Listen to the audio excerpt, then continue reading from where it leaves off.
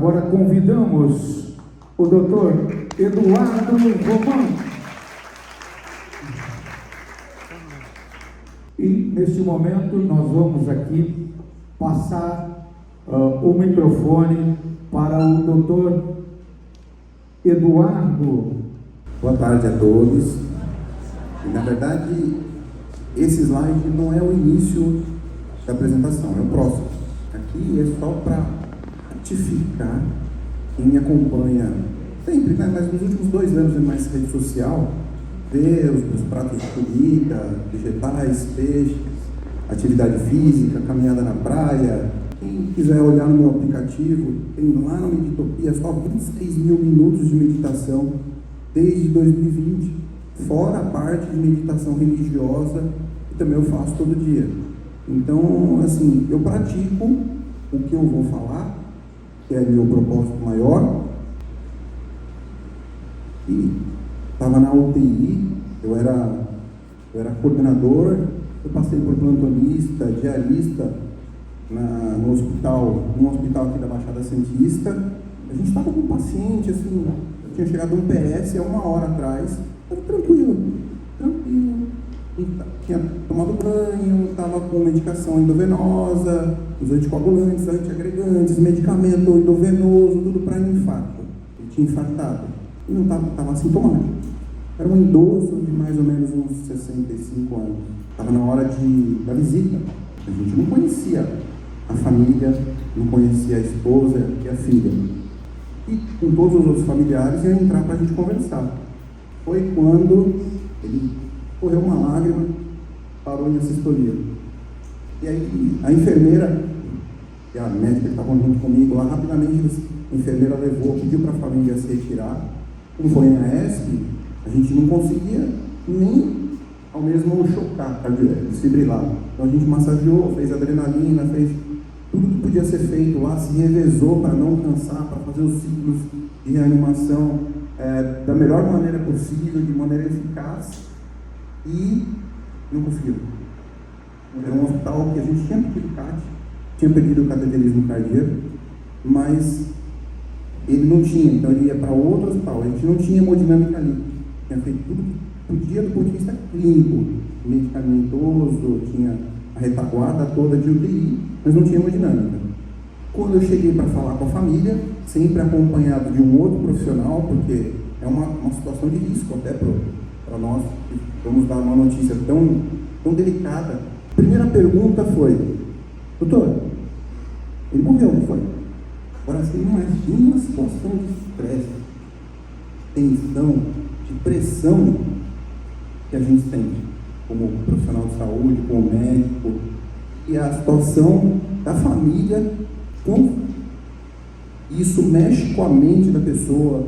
E aí, eu já pulo para o próximo slide para falar a importância do manejo do estresse, dos transtornos mentais relacionados à ansiedade, junto com as questões, os pilares do estilo de vida. A gente vai dividir em 3 partes. A primeira parte tem duas histórias. Uma foi essa que vocês viram, e mais uma explicação da parte do sábio.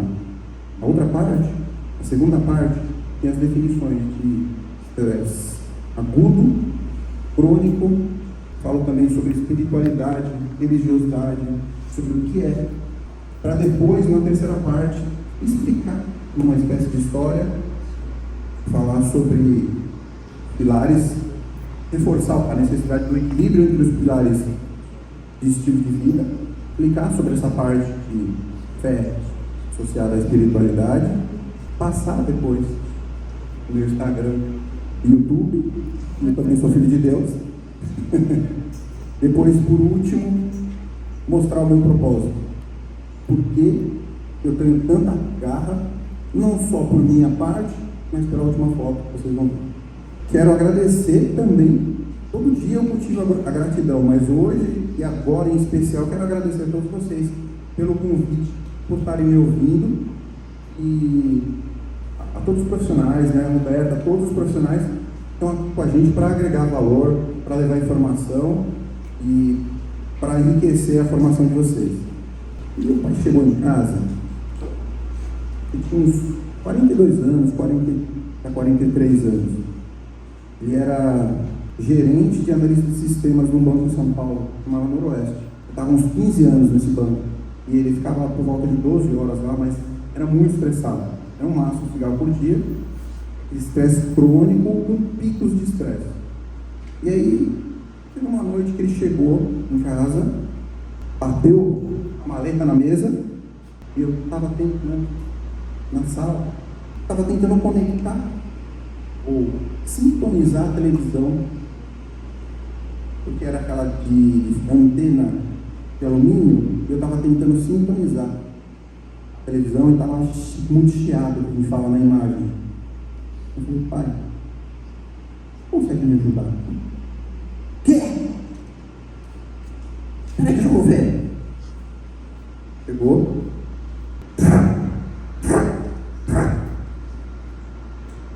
Muito estressado.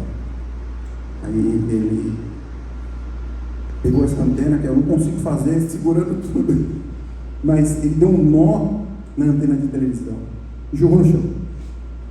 Então assim, se isso não for um estresse crônico, um pico de estresse agudo, eu não sei mais o que é. E isso para mim marcou de uma forma assim, cravada no meu sistema límbico, não tem como esquecer.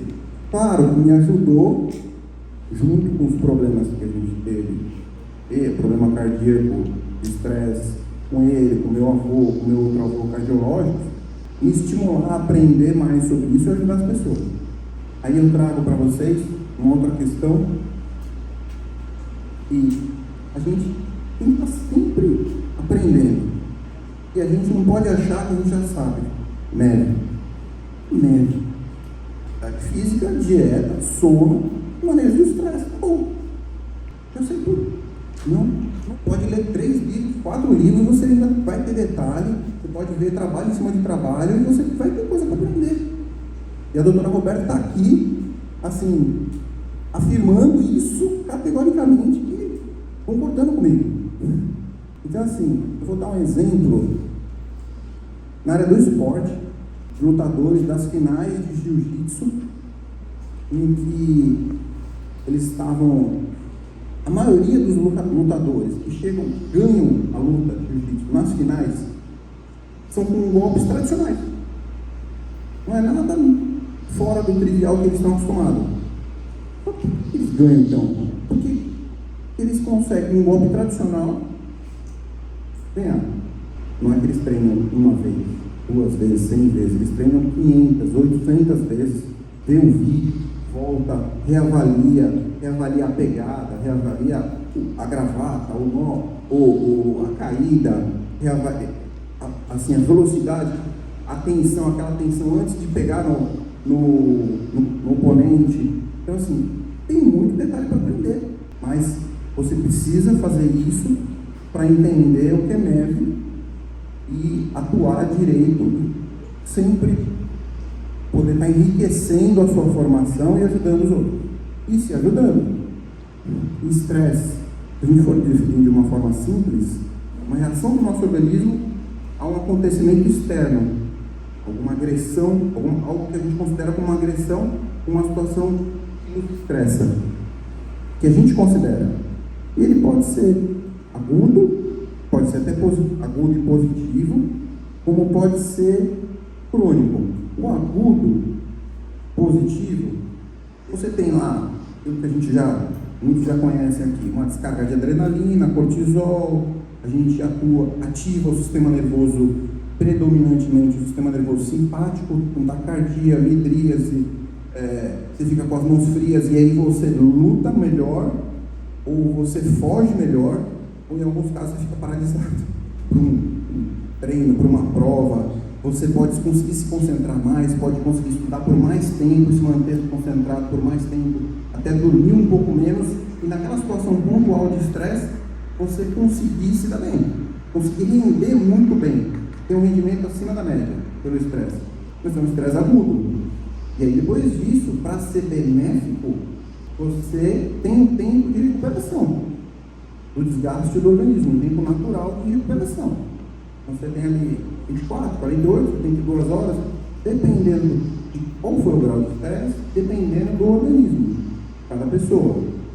Agora, o estresse crônico, você não dá tempo de recuperação do organismo. Você tem todo esse sistema ativado, só que como você não deixa o organismo se recuperar, no cromossomo, se não no cromossomo, no telômero, você começa a perder essa parte química. Você começa a envelhecer mais rápido.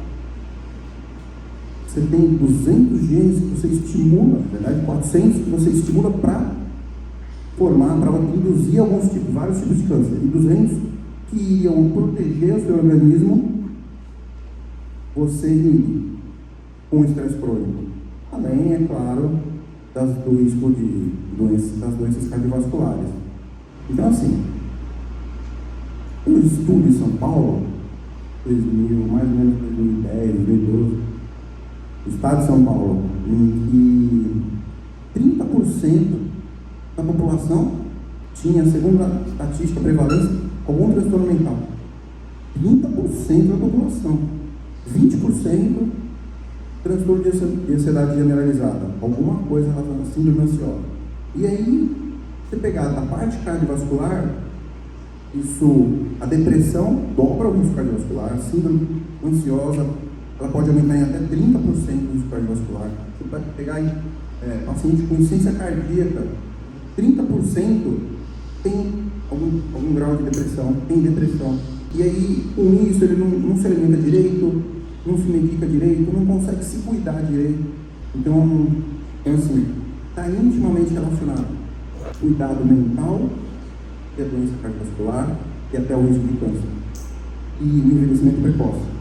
Então, tudo integrado. Eu não sou contra medicamento, sou a favor do medicamento, mas a gente tem que ter a base do estilo de vida para conseguir medicar o mínimo possível e às vezes até retirar alguns medicamentos. Interessante essa imagem para representar a espiritualidade. Imagina um guarda-chuva grande, assim, embaixo você coloca a religiosidade, as pessoas com religião, os ateus, os e aí em cima desse guarda-chuva grande a espiritualidade. É um propósito maior. Você não precisa necessariamente ter uma religião. Na religião você tem dogmas, preceitos, você tem orações específicas. Na espiritualidade você tem um propósito maior, mesmo ateu. As pessoas que têm isso são mais positivas e interagem melhor aqui, em equilíbrio com os outros fatores, elementos, pilares do estilo de vida. Se você está em equilíbrio, você consegue comer menos processado. E todo mundo não. Uma frutinha para o restaurante, com a família, e comer alguma coisa diferente. Mas o que importa é a regularidade. Você consegue comer menos processado no dia a dia. Mais frutas, verduras, legumes, várias porções. Você consegue fazer atividade física regular, de preferência resistir e aeróbica por semana, melhor ainda, e ter o contato com a natureza também. Consegue fazer higiene do sono. E aí, puxando já com o próximo slide, eu falo sobre a parte de meditação e a importância. Para mim, nos últimos anos, fez diferença também para me ajudar a lidar com a relação, manter equilíbrio entre vida pessoal, família e trabalho.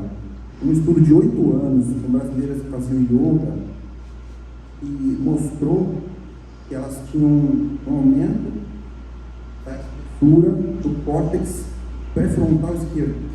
E aí tinham mais atenção, a memória era melhor, e aí teve um outro estudo, ainda 2000 e pouco também, de Harvard, para Salazar, e também acompanhou meditadores, e pelo menos 20 minutos por dia. E aí também, além de atenção, o grau de atenção, memória, percepção sensorial, com especialmente do mesmo lado, naquela mesma região do cérebro. Então, até a propriocepção, você percebe que para quem faz meditação, já fez uma vez, sabe que tem vários tipos de meditação. E que você pode fazer prestando atenção na respiração. mas você pode fazer escaneando e tendo a percepção de cada parte do seu corpo e depois como um todo. Você pode fazer imaginando que está entrando uma energia em você. Você pode fazer contraindo e relaxando o corpo. Pode fazer de várias formas, mas todas trazem um benefício de trazer.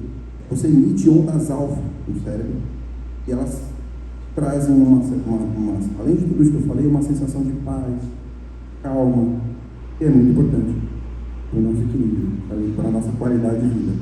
Não tem como, porque quando eu via a fala, a imagem, a primeira vez também foi uma coisa que me impactou.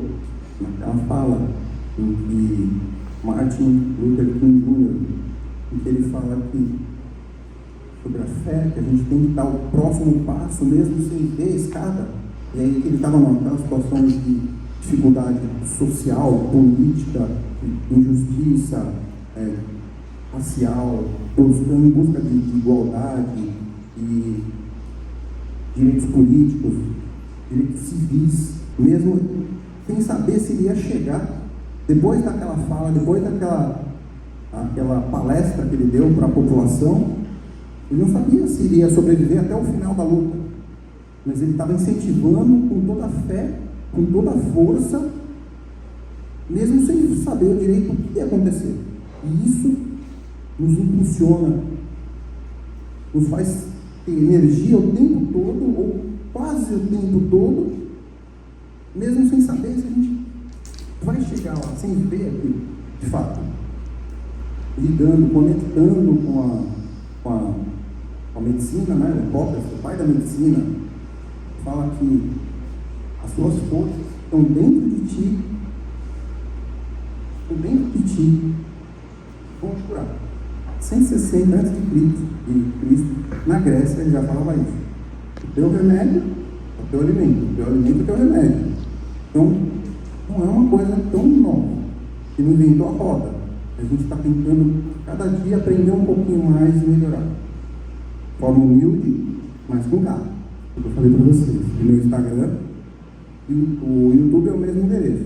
O YouTube, ele tem um detalhe, ele é menos conhecido, mas ele tem umas lives muito interessantes, de 30 a 60 minutos, com outros colegas, uma psiquiatra do HC, que a gente conversou sobre parte emocional, toda a parte emocional, presa e coração, doutora Camila do HC, que formou comigo, é especialista em álcool e drogas, a doutora Dinata, endocrinologista, que muitos de vocês conhecem, e o doutor Juarez, que é neurologista. A gente conversou também sobre o sono, o estresse, e tem outras lives. Então, tá lá.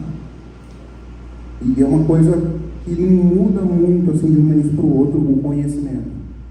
Então, acho que tem bastante coisa a agregar. Às vezes uma imagem diz mais que mil palavras. A gente pensa várias coisas e olha, sorri, fala, nossa, que energia que me dá. E meu pai e minha filha menor, minha filha tem 7 anos, tenho uma filha de 10. Meu pai, ele infartou depois, uns 2 anos depois daquele estresse da antena. Fala, para de fumar, pai. Fala, por que não, você para. Você tem história com a minha família. Não acreditar comigo. E aí depois ele ficou mais quase 30 anos com insuficiência cardíaca. Nos últimos 5 anos ele começou a sofrer por insuficiência cardíaca e arritmias. A gente veio até morar perto da minha casa para ajudar e otimizar tudo que podia. Mas ele deixou um legado de ética, de estímulo, de aprendizado, do que ele sofreu também para eu aprender com isso e passar, para não deixar que outras pessoas sofram de maneira parecida.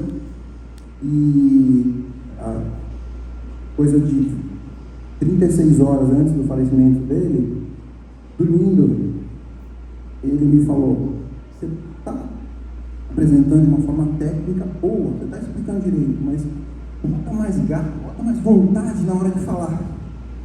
E aí, é isso que eu me dedico a cada dia, de mostrar um pouco mais de amor, botar um pouco mais de coração no microfone na hora de falar. Por isso que eu estou fazendo uma palestra um pouco diferente. E essa minha filha está marcando d'água, né? O amor da minha vida, não tem muito o que falar. Muito grato a todos vocês aí por estarem presentes na palestra.